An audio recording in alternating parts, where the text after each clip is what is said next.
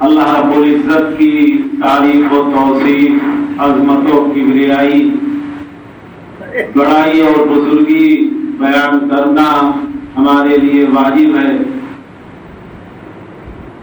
درود و سلام نازل ہو جملہ انبیاء کرام پر، اور بیش بہا درود و سلام نازل ہو آخری نبی جناب محمد رسول اللہ صلی اللہ علیہ وسلم پر۔ محترم حاضرین، کتاب مقدس سے جو چھوٹی چھوٹی آیتیں آپ کے سامنے تلاوت کی گئی ہیں، اللہ تعالیٰ نے ارشاد فرمایا قد افلح من زکاہا، جس نے اس نفس کو پاک کر لیا وہ کامیاب ہو گیا، کیونکہ ساری برائیوں کی جو جڑ ہے، جو آماج گاہ ہے، وہ نفس ہے۔ انسان کا نفس ہی برائیوں پر نیکیوں پر ابھارتا ہے۔ اسی لیے اللہ نے کہا قد افلح من زکاہا، جس نے اسے پاک کر لیا وہ کامیاب ہو گیا۔ وقد خاب من دساہا، اور جس نے اسے مٹی میں ملا دیا، گویا کہ پاک نہیں کیا تو ناکام ہوا۔ ہمیں معلوم ہے کہ آج ماہ رمضان کا آخری جمعہ، اور اس آخری جمعہ کو مسلمانوں کی اکثریت جمعۃ الوداع کے نام سے جانتی ہے۔ اس جمعہ کا اہتمام بھی کرتی ہے۔ عید کی نماز بھلے نہیں پڑھیں گے، لیکن یہ آخری جمعہ ضرور پڑھیں گے۔ حالانکہ شرعی اعتبار سے اگر دیکھا جائے تو اللہ کے رسول صلی اللہ علیہ وسلم کے زمانے میں کئی بار ماہ رمضان آیا، صحابہ کرام کے زمانے میں آیا، تابعین، تبع تابعین کے زمانے میں، لیکن کہیں کوئی ثبوت نہیں ملتا کہ اس جمعہ کا خاص طور سے اللہ کے رسول نے اہتمام کیا ہو، نئے کپڑے پہنے ہوں، یا جیسے آج کے زمانے میں کچھ جگہوں کے اوپر افسوس بھی کیا جاتا ہے، غم منایا جاتا ہے ماہ رمضان کی رخصت پر، اور غم منانے کی وجہ سے غم کی نظمیں پڑھی جاتی ہیں، اشعار پڑھے جاتے ہیں۔ تو کہنے کا مطلب یہ ہے کہ اس جمعۃ الوداع کی کوئی حیثیت نہیں ہے شریعت میں، اسلامی شریعت میں۔ جیسے عام جمعہ ہے، ایسے یہ بھی جمعہ ہے ماہ رمضان کا آخری جمعہ۔ ہاں، اس حیثیت سے ہم یہ البتہ سوچ سکتے ہیں کہ ماہ رمضان جو ہمیں بڑا بھاری پڑتا تھا، وہ ایک ایک کر کے گزر گیا، بس گنتی کے چند دن باقی بچے ہیں، اور ہم نے کیا کیا، کیا پایا، کیا کھویا، اس کا حساب کرنا چاہیے۔ تو ایک چیز تو یہ ہو گئی۔ دوسری چیز یہ ہے کہ نماز عید سے پہلے ایک بہت اہم عبادت جو ہم میں سے ہر شخص کے اوپر واجب ہوتی ہے، وہ صدقۃ الفطر ہے۔ اور صدقۃ الفطر کے تعلق سے مسلمانوں نے، خاص طور سے علماء نے، اور علماء میں خاص طور سے اہل حدیث علماء نے ایسی بحثیں کی۔ آج کل تو سوشل میڈیا کا زمانہ ہے، یوٹیوب کے اوپر خواتین مرد تقریریں سنتے ہیں، خاص طور سے اپنی جماعت کے مانے ہوئے عالم دین معراج ربانی صاحب کی تقریریں نوجوان لڑکے اور عورتیں سنتی ہیں۔ پاکستان میں ایک شخص سید توصیف الرحمان ہے، ان کی تقریریں لوگ سنتے ہیں یوٹیوب کے اوپر۔ تو مسلم علماء، خاص طور سے اہل حدیث علماء نے اتنی لمبی بحثیں کر ڈالی، اس صدقۃ الفطر کے تعلق سے کتابیں لکھ ڈالی، اور کسی نے کہا کہ صدقۃ الفطر میں غلہ ہی دینا واجب ہے، ضروری ہے۔ پیسے دیں گے تو ادا نہیں ہوگا، اس میں کتابیں نپٹاری لوگوں نے۔ ایسے بہت سارے مسائل اہل حدیث علماء پتہ نہیں عوام کو ان مسائل میں الجھائے ہوئے، اور مسائلوں کے اندر یہ پبلک، یہ عوام یہ فیصلہ نہیں کر پاتی ہے کہ ہم کریں تو کیا کریں۔ جیسے مسجد سے جان مسجد سے کہہ دیا گیا کہ تراویح اگر آپ پڑھ رہے ہیں باجماعت تو وتر پڑھیں، مکمل رات کے قیام کا ثواب ملے گا۔ اب اس جماعت میں، جماعت اہل حدیث میں ہر شخص مفتی بنا ہوا، کوئی کہتا ہے کہ آقا اور استاد سے ایسے کرتے چلے آئے کہ اگر انہیں بعد میں نفلی نمازیں پڑھنی ہوتی تھی تو وہ وتر کی نماز نہیں پڑھتے تھے، ہم کیسے پڑھ لیں؟ کوئی کسی مسجد میں اعلان کر رہا ہے کہ نہیں، اگر بعد میں نفلی نمازیں پڑھنی ہے تو وتر مت پڑھو، چھوڑ دو۔ یعنی ہر شخص مفتی بنا ہوا ہے۔ جیسے کوئی فتویٰ لگاتا ہے کہ ظہر سے پہلے جو 4 سنتیں ہیں 2 کر کے پڑھنا ضروری ہے، 4 ایک ساتھ ایک سلام سے نہیں پڑھ سکتے، یہ اکثر علماء فتویٰ دیتے ہیں۔ حالانکہ اللہ کے رسول صلی اللہ علیہ وسلم کی صحیح حدیث ہے، ہمیں ایک درمیانی راستہ اختیار کرنا چاہیے، اعتدال کا راستہ۔ دین کے اندر سختی نہیں ہے، شدت نہیں ہے، ہم نے خود شدت پیدا کر دی ہے، ہم نے اس کو شدید بنا دیا ہے۔ نئے نئے مفتیوں کی وجہ سے، اپنی صلاحیت بڑھانے کی وجہ سے لوگوں نے مشکل بنا دیا دین کو۔ اللہ کے رسول کی صحیح حدیث ہے، اربع قبل الظہر لیس فیہن تسلیم تفتح لہ ابواب السماء، اور دوسری روایت میں ابواب الجنہ۔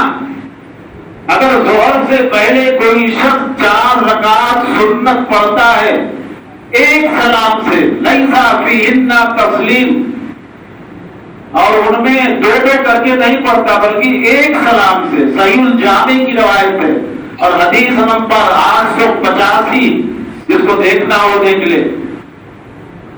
تو اللہ کے رسول نے فرمایا کہ تفتح لہن ابواب السماء، اور دوسری روایت میں تفتح لہن ابواب الجنہ۔ اس ایک سلام پڑھنے کی وجہ سے، لہن ان کی وجہ سے، ان 4 رکعتوں کی وجہ سے آسمان کے دروازے کھول دیے جاتے، جنت کے دروازے کھول دیے جاتے۔ اب لوگوں نے واجب کر دیا، فتویٰ دے دیا، نہیں 2 رکعت ہی پڑھ سکتے ہیں، 4 رکعت نہیں پڑھ سکتے۔ تو کہنے کا مطلب یہ ہے کہ دین بڑا آسان ہے، ہم نے مشکل بنا دیا، ہم نے اس کے اندر شدت پیدا کر دی۔ اسی لیے اللہ کے رسول صلی اللہ علیہ وسلم نے فرمایا تھا، حضرت ابو ہریرہ رضی اللہ تعالیٰ عنہ حدیث کے راوی، ان الدین یسر، لوگوں دین آسان ہے، دین بہت آسان ہے۔ وَلَن يُشَادَّ الدِّينَ أَحَدٌ إِلَّا غَلَبَهُ، اور دین میں کوئی شخص ہرگز شدت نہ پیدا کرے، اگر وہ شدت پیدا کرے گا دین کے اندر تو دین اس پر غالب آ جائے گا، عمل نہیں کر پائے گا۔ تو غالب آنے کا مطلب کیا ہے؟ بھاری پڑ جائے گا، اس کے لیے دین بھاری پڑ جائے گا۔ اس لیے اللہ کے رسول نے کہا فَثَبِّتُوا وَقَارِبُوا وَأَبْشِرُوا، درمیانی راستہ اختیار کرو، اعتدال کی راستہ اختیار کرو، لوگوں کو پریشانیوں میں مت ڈالو، خوشخبری دینے والا خوشخبری پیدا کرو۔ وَاسْتَعِینُوا بِالْغُدْوَةِ وَالرَّوْحَةِ، صبح و شام اللہ کی عبادت کر کے سے مدد طلب کرو۔ وَشَيْءٍ مِّنَ الدُّلْجَةِ، اور رات کے کسی معمولی حصے میں بھی اللہ کی عبادت کر کے اللہ کی مدد طلب کرو۔ تو گویا کہ اللہ کے رسول نے شدت پیدا کرنے سے منع فرمایا۔ اب صدقۃ الفطر کے اندر کچھ لوگوں نے، جیسے ہم نے نام گنایا، سید معراج ربانی جمعیت اہل حدیث کے بہت بڑے عالم مانے جاتے ہیں، انہوں نے کہا واجب ہے، پیسہ دے ہی نہیں سکتے، جائز ہی نہیں ہے، پیسہ دینا صدقۃ الفطر میں جائز ہی نہیں ہے۔ اور پاکستان کے سید توصیف الرحمان صاحب نے بھی یہی بات کہی کہ جائز ہی نہیں، اللہ ہی دینا اللہ کے رسول سے ثابت نہیں ہے۔ نہ صحابہ سے ثابت ہے کہ اللہ کے رسول نے اور صحابہ نے غلہ کی جگہ پہ پیسہ دیا۔ آئیے دیکھیے احادیث کی روشنی میں ائمہ اور محدثین کے اقوال کی روشنی میں صحیح کیا ہے اور غلط کیا ہے، اس کے اندر شدت پیدا کرنا یا سختی سے یہ کہنا کہ نہیں ضروری ہے غلہ دینا، یا یہ کہنا جیسے شہروں میں عام طور سے ہوتا ہے، اعلان کر دیا جاتا کہ اس سال فطرانہ 200 روپے ہے، گویا کہ وہ روپیہ ہی سمجھتے ہیں۔ تو نہ یہ کہنا کہ روپیہ ہی ضروری ہے اور نہ یہ کہنا کہ غلہ ہی ضروری ہے، دونوں صحیح نہیں، ہمیں اعتدال کا راستہ اختیار کرنا چاہیے۔ صدقۃ الفطر سب سے پہلی چیز کب واجب ہوتی ہے؟ چنانچہ علماء نے کہا صدقۃ الفطر تجب بالفطر من رمضان، جب رمضان اختتام پذیر ہونے لگے تب صدقۃ الفطر واجب ہوتا ہے، اور یہ ایسی عبادت ہے جس کے بارے میں ہر شخص کے اوپر واجب ہے کہ وہ ادا کرے، اور علماء کے نزدیک یہ واجب ہے کہ سنت ہے۔ آئیے دیکھیں حضرت عمر بن شعیب کہتے ہیں کہ اللہ کے رسول نے باسا منادیا فی فجاج مکہ، اللہ کے رسول نے مکہ کی سڑکوں پر ایک اعلان کرنے والے کو بھیجا، مکہ کی گلیوں میں مکہ کی سڑکوں پر اعلان کرنے والے کو بھیجا کہ جا کے اعلان کر دو الا ان صدقۃ الفطر واجبہ علی کل مسلم ذکر او انثی حر او عبد صغیر او کبیر، جا کے اعلان کر دو کہ صدقۃ الفطر یہ ہر مسلمان پر واجب ہے، چاہے وہ مرد ہو، عورت ہو، آزاد ہو، غلام ہو، چھوٹا ہو یا بڑا ہو، سب کے اوپر واجب۔ اسے معلوم یہ ہوا کہ صدقۃ الفطر واجب ہے، ہر شخص کے لیے ضروری ہے۔ اور دوسری دلیل بخاری شریف کی روایت حضرت عبداللہ ابن عمر رضی اللہ تعالیٰ عنہما کی حدیث ہے کہ اللہ کے رسول نے فرمایا کہ آپ نے فرمایا کہ فرض رسول اللہ صلی اللہ علیہ وسلم صدقۃ الفطر صاع من شعیر او صاع من تمر علی الصغیر والکبیر والحر والمملوک، اللہ کے رسول صلی اللہ علیہ وسلم نے فرض قرار دیا، واجب قرار دیا صدقۃ الفطر کو، بعض روایتوں میں زکوٰۃ الفطر، گویا کہ صدقۃ الفطر اور زکوٰۃ الفطر یہ دونوں ایک ہی چیز ہے۔ تو یہ فرض قرار دیا اللہ کے رسول صلی اللہ علیہ وسلم نے، چھوٹے پر، بڑے پر، غلام پر اور آزاد پر۔ اور تیسری دلیل حضرت عبداللہ ابن عمر ہی رضی اللہ تعالیٰ عنہ کی روایت ہے کہ فرض رسول اللہ صلی اللہ علیہ وسلم زکوٰۃ الفطر صاع من تمر وصاع من شعیر علی العبد والحر والذکر والانثی والعبد والحر من المسلمین، اللہ کے رسول صلی اللہ علیہ وسلم نے فرض قرار دیا ایک سا، چاہے کھجور ہو چاہے جو ہو، ہر شخص پر، مرد ہو، عورت ہو، چھوٹا ہو، بڑا ہو، آزاد ہو یا غلام ہو، مسلمانوں میں سے۔ اس سے معلوم یہ ہوا کئی مسائل ان احادیث سے نکلے۔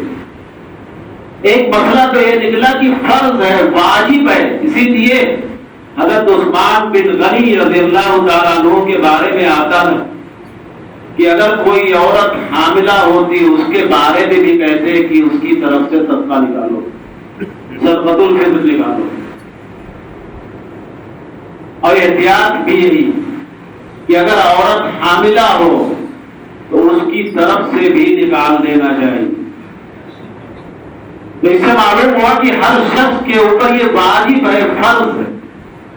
اور دوسرا مسئلہ یہ نکلا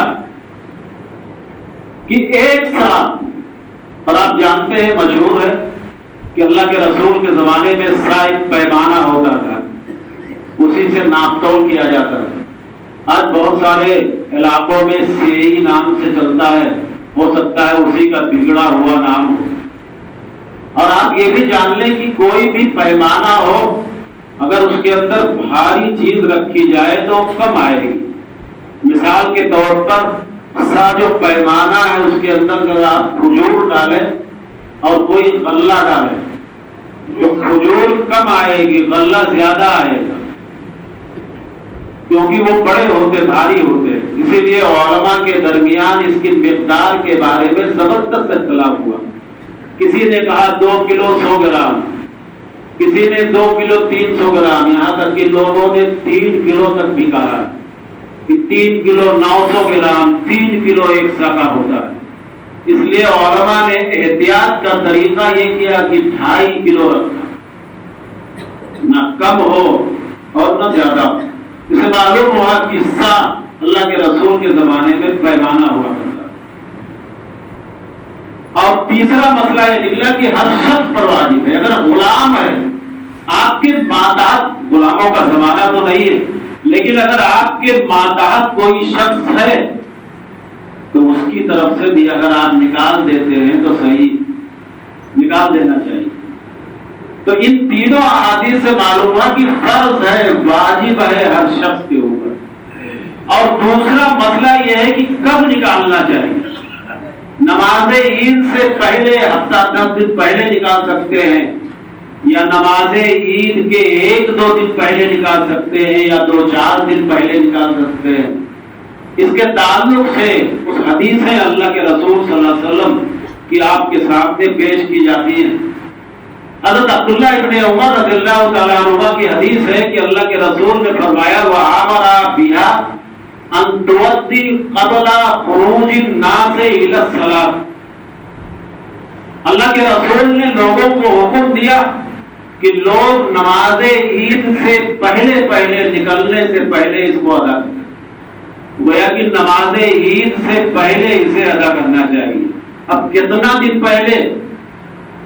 حضرت عبداللہ ابن عمر ہی کی ایک روایت آتی ہے جس کو ان کے غلام، آزاد کردہ غلام نافع بیان کرتے.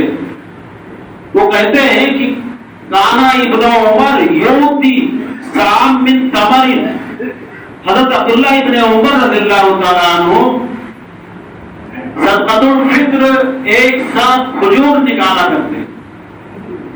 ایک مرتبہ ایسا ہوا فآوذ اہل المدینہ من تمر، مدینہ کی قحط پڑ گئی، مدینہ کے اندر کھجور کی قحط پڑ گئی. تو وہ کہتے ہیں کہ فآتا سام من شعیر، انہوں نے ایک ساتھ جو نکالا. وکانا یوتی علی الصغیر والکبیر، اور ہر چھوٹے بڑے کی طرف سے نکالتے تھے. یہاں تک کہ نافع کہتے ہیں کہ حتیٰ انکانا یوتی ام بنیا، جو کہ نافع آزاد کردہ غلام تھے، آزاد ہو چکے تھے، ان کی طرف سے نکالنا کوئی ضروری نہیں تھا عبداللہ ابن عمر رضی اللہ تعالیٰ عنہ کو. لیکن کہتے ہیں یہاں تک کہ ہماری اولاد ہمارے بیٹوں کی طرف سے بھی نکال دیا کرتے تھے، اور نکال کر کے ایسے لوگوں کو دیا کرتے جو اسے قبول کرتے. اور کب نکالا کرتے تھے؟ چنانچہ نافع کہتے ہیں وَقَانَا يُؤْتِي صَدَقَةَ الْفِطْرِ قَبْلَ الصَّلَاةِ بِيَوْمٍ أَوْ يَوْمَيْنِ. نماز عید سے 1 دن یا 2 دن پہلے نکالا کرتے تھے. گویا کہ اس سے معلوم ہوا کہ زیادہ دن پہلے نکالنا یہ صحیح نہیں، 1 دن یا 2 دن پہلے نکالنا. اور ایک دوسری مشہور روایت ہے جس سے پتا چلتا ہے کہ 3-4 دن پہلے بھی نکال سکتے ہیں. اور آپ نے بارہا سنا ہوگا، حضرت ابو ہریرہ رضی اللہ تعالیٰ عنہ کی روایت ہے، وہ کہتے ہیں کہ وَقَلَنِي رسول اللہ صلی اللہ علیہ وسلم بِحِفْظِ زکاة رمضان. اللہ کے رسول صلی اللہ علیہ وسلم نے مجھے صدقۃ الفطر کی حفاظت کی ذمہ داری دی، مجھے مامور کیا کہ اس کی حفاظت کرو. چنانچہ لمبی حدیث ہے، پوری حدیث بیان کرنے کا مقصد نہیں ہے. وہ کہتے ہیں کہ ایک شخص آیا فَأَتَانِي آتٍ فَجَعَلَ يَحْثُو مِنَ الطَّعَامِ. ایک شخص آیا اور جلدی جلدی وہ غلے کو بھرنے لگا. میں نے اسے پکڑا اس نے بڑی منت سماجت کی، غریب آدمی ہوں، بچے ہیں چھوٹے چھوٹے، بھوکے مر جائیں گے، ترس کھا کر کے میں نے چھوڑ دیا۔ 3 دن ایسے ہوتا۔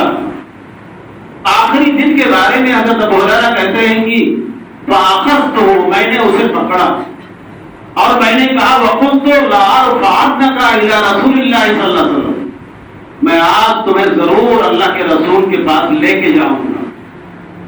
چنانچہ اس نے پھر منت سماجت کی اور اس نے کہا ایک بات میں تمہیں بتانا چاہتا ہوں، اذا اویت الى فراشک فاقرأ آیت الکرسی، جب تم بستر پر جانا ہو تمہیں تو آیت الکرسی پڑھ لیا کرو۔ بستر پر جانا ہو، بہت سارے لوگ اس پہ عمل کرتے ہیں، تو آیت الکرسی پڑھ لیا کرو۔ اگر تم پڑھ لو گے لا یزال معک من اللہ حافظ حتی تصبح، تو صبح تک اللہ کی طرف سے ایک حفاظت کرنے والا تمہارے پاس معمول رہے گا، یعنی تمہاری حفاظت کرے گا۔ حضرت ابو ہریرہ کہتے ہیں صبح ہوئی، اللہ کے رسول کے پاس آیا، اللہ کے رسول نے پوچھا کہ تمہارے چور کا کیا ہوا؟ تو کہا کہ اللہ کے رسول میں نے اسے چھوڑ دیا، اور یہ بات اس نے بتائی۔ اللہ کے رسول نے کہا کہ صدقۃ وہو کذوب، بات تو اس نے سچ کی لیکن جھوٹا ہے ذاک شیطان، وہ شیطان۔ اس حدیث میں معلوم ہوا کہ 4 دن یہ واقعہ پیش آیا، 4 راتیں واقع پیش۔ اسے اور یہ بھی معلوم ہے کہ یہ صدقۃ الفطر ماہ رمضان کا ہی مسئلہ ہے، اور اسی کی حفاظت اللہ کے رسول نے حضرت ابو ہریرہ کو دی۔ اس سے معلوم یہ ہوا، تمام حدیثوں کو اکٹھا کرنے کے بعد یہ پتہ چلا کہ 4 دن پہلے، یعنی عید کی نماز سے 4 دن، 1 دن، 2 دن، بہتر یہ ہے کہ 1 دن پہلے ہی نکالیں۔ اور اگر کوئی شخص 4 دن پہلے بھی نکالتا ہے تو اس کے لیے جائز ہے، کیونکہ اس کا مقصد کیا ہے؟ اگر ہم پہلے نکال دیتے ہیں، غریبوں کے لیے، مسکینوں کے لیے اگر ہم پہلے نکال دیتے ہیں تو ہو سکتا ہے کہ جس کو ہم دے رہے ہیں، جس غریب کو، وہ کسی دوسرے مد میں خرچ کر دے۔ اور دیا اس لیے جاتا ہے، حضرت عبداللہ ابن عباس رضی اللہ تعالیٰ عنہ فرماتے ہیں کہ اللہ کے رسول صلی اللہ علیہ وسلم نے فرض رسول اللہ صلی اللہ علیہ وسلم زکات الفطر طہرۃ للصائم من اللغو والرفث وطعمۃ للمساکین۔ اللہ کے رسول صلی اللہ علیہ وسلم نے جو زکات الفطر فرض کی ہے، اس کا مقصد یہ ہے کہ روزے دار سے جو لغو ہو جائے حالت روزہ میں پورے مہینے کے اندر، اس کی زبان سے جو بےہودہ باتیں نکل جائیں، وہ اس کے لیے کفارہ، اور غریبوں کے لیے تو مطلب مساکین، غریبوں کے لیے کھانے کا ذریعہ بن جائے، جن کے یہاں کھانا نہیں ہے اور چیزیں نہیں ہیں، ان کا اس کا ذریعہ بن جائے۔ اللہ کے رسول نے اسی حدیث میں فرمایا کہ وَمَنْ أَدَّاهَا قَبْلَ الصَّلَاةِ فَهِيَ زَكَاةٌ مَقْبُولَةٌ، اگر کسی شخص نے نماز عید سے پہلے ادا کر دیا تو گویا کہ صدقۃ الفطر اس کا ادا ہو جائے گا، اس کی طرف سے صدقۃ الفطر ادا ہوگا۔ وَمَنْ أَدَّاهَا بَعْدَ الصَّلَاةِ فَهِيَ صَدَقَةٌ مِنَ الصَّدَقَاتِ، اور اگر کسی شخص نے نماز کے بعد ادا کیا تو جیسے عام صدقہ عام دنوں میں لوگ دیتے ہیں، ایسے ہی صدقہ ہوگا۔ تو اس سے معلوم یہ ہوا کہ صدقۃ الفطر کا 2 مقصد ہے۔ ایک مقصد تو یہ ہے کہ اگر ماہ رمضان میں ہم سے کوئی غلطیاں ہوئی ہوں تو اللہ اسے معاف کر دے، اور دوسرا یہ ہے کہ غریبوں کے لیے کھانے اور عید منانے کا ایک ذریعہ بن جائے۔ اب سب سے اہم چیز اور آخری بات، کن چیزوں میں نکالنا چاہیے جس کے بارے میں علماء نے بحثیں کی، کتابیں لکھی، صلاحیتیں جھاڑی، بگاڑنے لگے، کن چیزوں میں نکلنا ہے؟ جو لوگ یہ کہتے ہیں کہ واجب ہے غلہ نکالنا، ان کی سب سے بڑی دلیل حضرت ابو سعید خدری رضی اللہ تعالیٰ عنہ کی روایت ہے جس میں وہ فرماتے ہیں کہ کنا نخرج فی زمان رسول اللہ صلی اللہ علیہ وسلم، اللہ کے رسول صلی اللہ علیہ وسلم کے زمانے میں ہم نکالتے تھے سام من تمر وسام من طعام وسام من زبیب وسام من شعیر۔ اللہ کے رسول صلی اللہ علیہ وسلم کے زمانے میں ہم نے ایک سا غلہ نکالا کرتے، اب غلے میں کچھ بھی آ گیا، کوئی بھی چیز ہو جو ہم کھاتے پیتے، کشمش نکالا کرتے، کبھی جو نکالا کرتے، کبھی کھجور نکالا کرتے۔ اور دوسری روایت میں ہے کہ کنا نخرج فی عہد رسول اللہ صلی اللہ علیہ وسلم سام من طعام، اللہ کے رسول کے زمانے میں ہم غلہ نکالا کرتے تھے، ایک سا غلہ نکالتے، گویا کہ کھانا طعام کا لفظ ہے۔ اور ابو سعید خدری رضی اللہ تعالیٰ عنہ خود فرماتے ہیں کہ وَقَانَا طَعَامَنَا يَوْمَئِذٍ الزَّبِيبُ وَالتَّمَرُ وَالْعَقِيقُ وَالشَّعِيرُ۔ اس زمانے میں ہمارا کھانا کبھی جو ہوتا، کبھی کشمش ہوا کرتی، کبھی پنیر ہوا کرتی، اور کبھی کھجور ہوا کرتی۔ ان دونوں حدیثوں کو لے کر کے علماء نے کہا کہ اللہ کے رسول سے ثابت نہیں، نہ کسی صحابہ سے ثابت ہے کہ غلے کے سوا ہم نکال سکتے ہیں۔ لیکن جو لوگ کہتے ہیں کہ درمیانی راستہ اختیار کرنا چاہیے، اور یہ ایسا بھی نہیں ہے، اہل حدیث کے بڑے بڑے علماء اس میں شامل، اور نام لینا مناسب نہیں سمجھتا، ان کی تقریریں بھی لوگ بہت سنتے ہیں، تو بہت سارے پاکستان کے بڑے بڑے علماء جو جمعیت کے امیر وغیرہ ہیں وہ بھی اس میں شامل ہیں کہ درمیانی راستہ اختیار کرنا چاہیے۔ دلیلیں ہر ایک کے بعد جو لوگ یہ کہتے ہیں کہ پیسہ بھی دے سکتے ہیں، ان کی سب سے پہلی دلیل یہ ہے کہ صحابہ کرام رضی اللہ علیہم اجمعین جب ان کو زکات وصول کرنے کے لیے بھیجا جاتا تو کبھی اس کی قیمت بھی لے لیا کرتے تھے، یہ صحیح حدیثوں سے ثابت ہے۔ جیسے اللہ کے رسول نے بتایا کہ اونٹ کی زکات اونٹ ہے، لیکن صحیح حدیث سے ثابت ہے کہ صحابہ نے اس کے بدلے میں کپڑا لیا، صحابہ نے اس کے بدلے میں کپڑا لیا، اگر ضروری ہوتا تو اونٹ ہی لیتے۔ اور دوسری دلیل بخاری شریف کی روایت ہے جسے حدیث مسرات کہا جاتا ہے۔ اس سے معلوم یہ ہوتا ہے کہ پہلے زمانے میں غلہ بطور کرنسی استعمال ہوتا تھا، بطور روپیہ غلہ استعمال کیا جاتا ہے۔ جیسے آج کے زمانے میں آج بھی پہلے بھی کوئی برف بیچنے والا آتا ہے، پیسہ دینے کے بجائے ہم غلہ دے دیتے ہیں اور برف اس سے لے لیتے ہیں، گویا کہ وہ کرنسی کے طور پر آپ نے دیا۔ اسی طرح اللہ کے رسول صلی اللہ علیہ وسلم اس حدیث میں جو حدیث مسرات کہا جاتا ہے، مسرات کا مطلب یہ ہے، وقت ہونے والا ہے تو چند باتیں آپ کے سامنے بیان کروں گا۔ مسرات کا مطلب یہ ہے کہ کوئی بکری ایسی ہو جو بکری والا اسے بیچنا چاہتا اور اس کے تھن کے اندر اس نے دودھ روک رکھا ہو تاکہ جو خریدنے والا آئے دیکھے تو یہ سمجھے بڑی دکانی ہے، اور ایسے جانوروں میں آج بھی ماحول ہے، اسے حدیث مسرات کہا جاتا ہے۔ حضرت عبداللہ ابن عمر رضی اللہ تعالیٰ عنہما کی روایت ہے، بخاری شریف کی روایت ہے کہ اللہ کے رسول نے فرمایا من اشتری غنما مسراتا، اگر کسی نے ایسی بکری خریدی جو مسرات ہے، جس کے تھن کے اندر دودھ رکا ہوا ہے، وہ گھر لاتا ہے، فطلبھا دودھ نکالتا ہے، ایک مرتبہ دودھ نکالا تو کئی کلو نکلا، اور بعد میں جب دودھ نکالا تو کم ہو گیا کیونکہ وہ جمع تھا دودھ۔